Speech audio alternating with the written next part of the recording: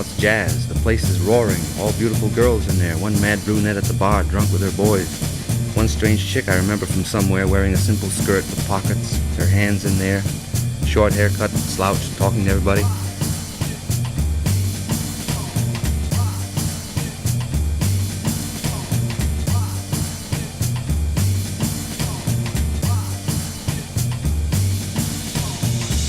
Up and down the stairs they come, the bartenders and the regular band of Jack and the heavenly drummer who looks up in the sky with blue eyes, with a beard.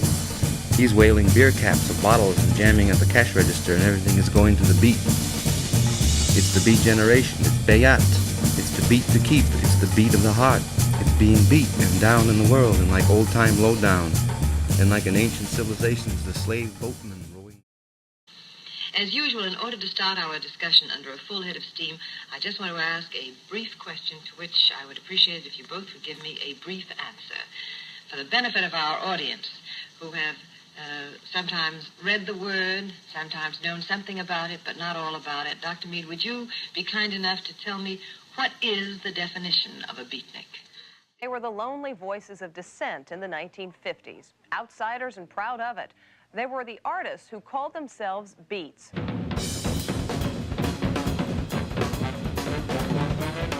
There's been a revival of interest in the Beat generation. Poetry readings are back, being performed at coffee houses straight out of the 50s. Even MTV now has poetry programs that will make Jack Kerouac proud.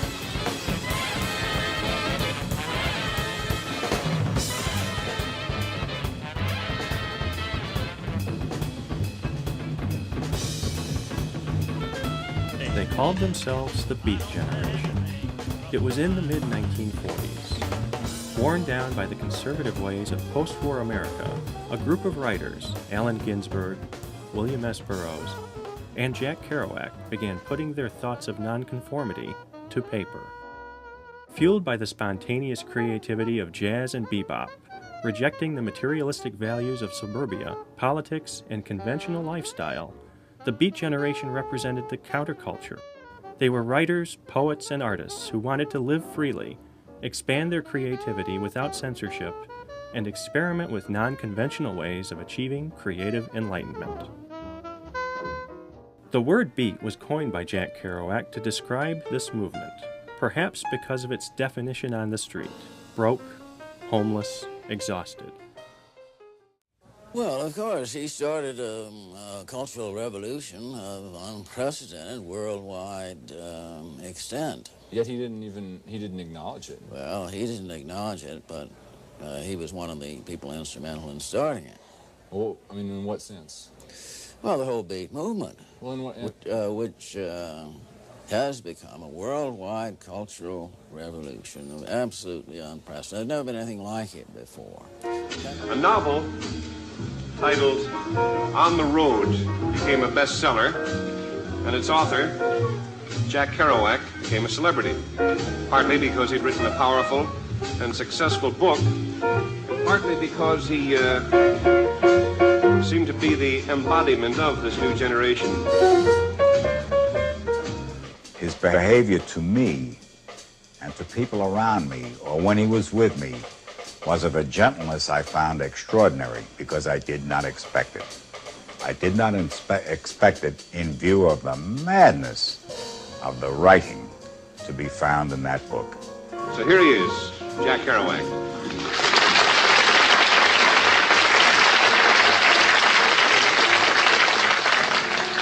Jack told me a little earlier he was nervous. Are you nervous now?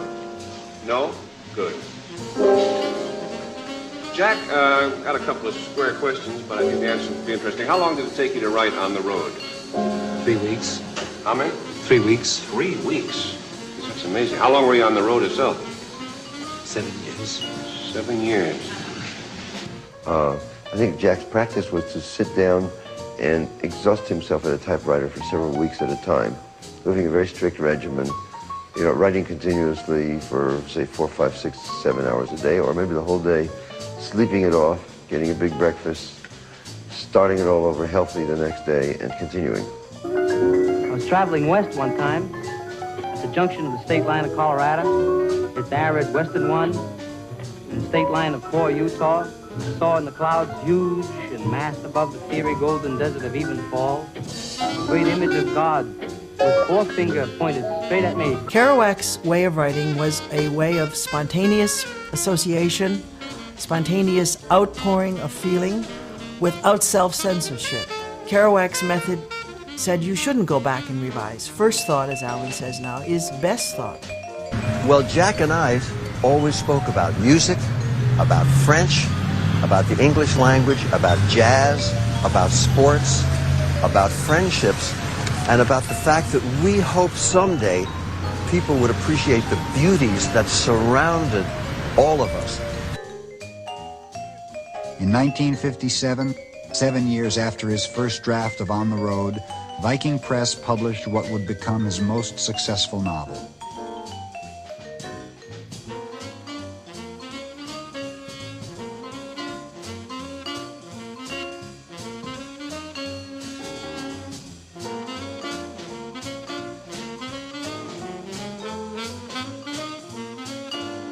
All right, my next guest tonight is considered among the most important American poets of this century. He's been part of the Beat Generation, the Yippies, and currently he's released a collection of poems called Cosmopolitan Greetings. It is a real pleasure to welcome Allen Ginsberg. Allen Ginsberg, you are America's best-known poet. You were a key figure of the Beat Generation with Kerouac and Burroughs. He keeps a journal with him constantly. Most of the pages are dreams, some notations of events of his day, and poems. He tends to write late at night or be awakened by poems and writing through fits and starts through the night.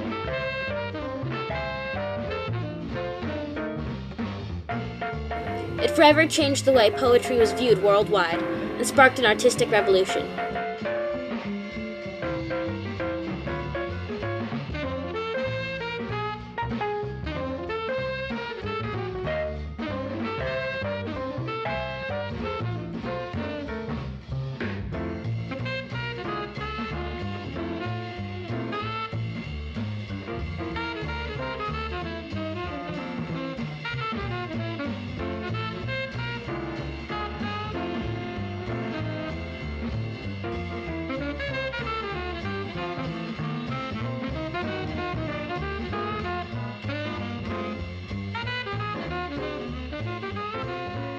What the hell is Naked Lunch even about? My feeling about art is that one very important aspect of art is that it makes people aware of what they know and don't know that they know.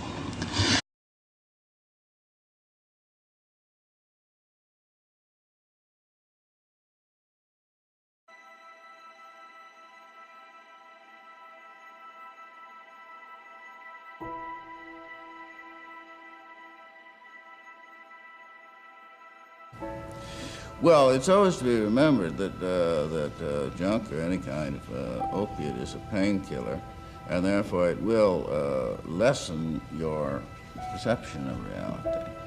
From 1944 or so on, we began experimenting, myself, Burroughs, Kerouac, and Hunky and others, with Benzedrine inhalers, and those were kind of interesting. I found within a year I couldn't hardly write on them because my mind got too tangled.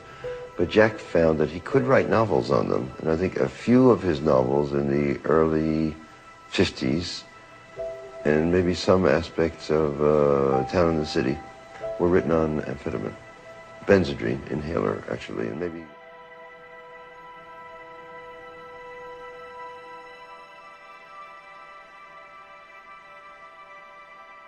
He was a tired old alcoholic by then, or a tired young alcoholic. The difference in the prose in the novel Big Sur, which I really consider a tired old book, and the vitality of the prose in an early short stories such as October and the Railroad Earth, it's an enormous difference. His spontaneous composition slowed dramatically.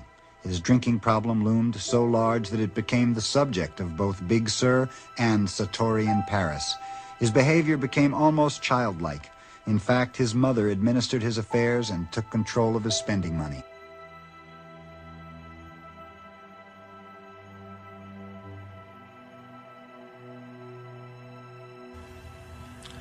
I saw the best minds of my generation destroyed by madness, starving, hysterical, naked, dragging themselves through the Negro streets at dawn looking for an angry fix.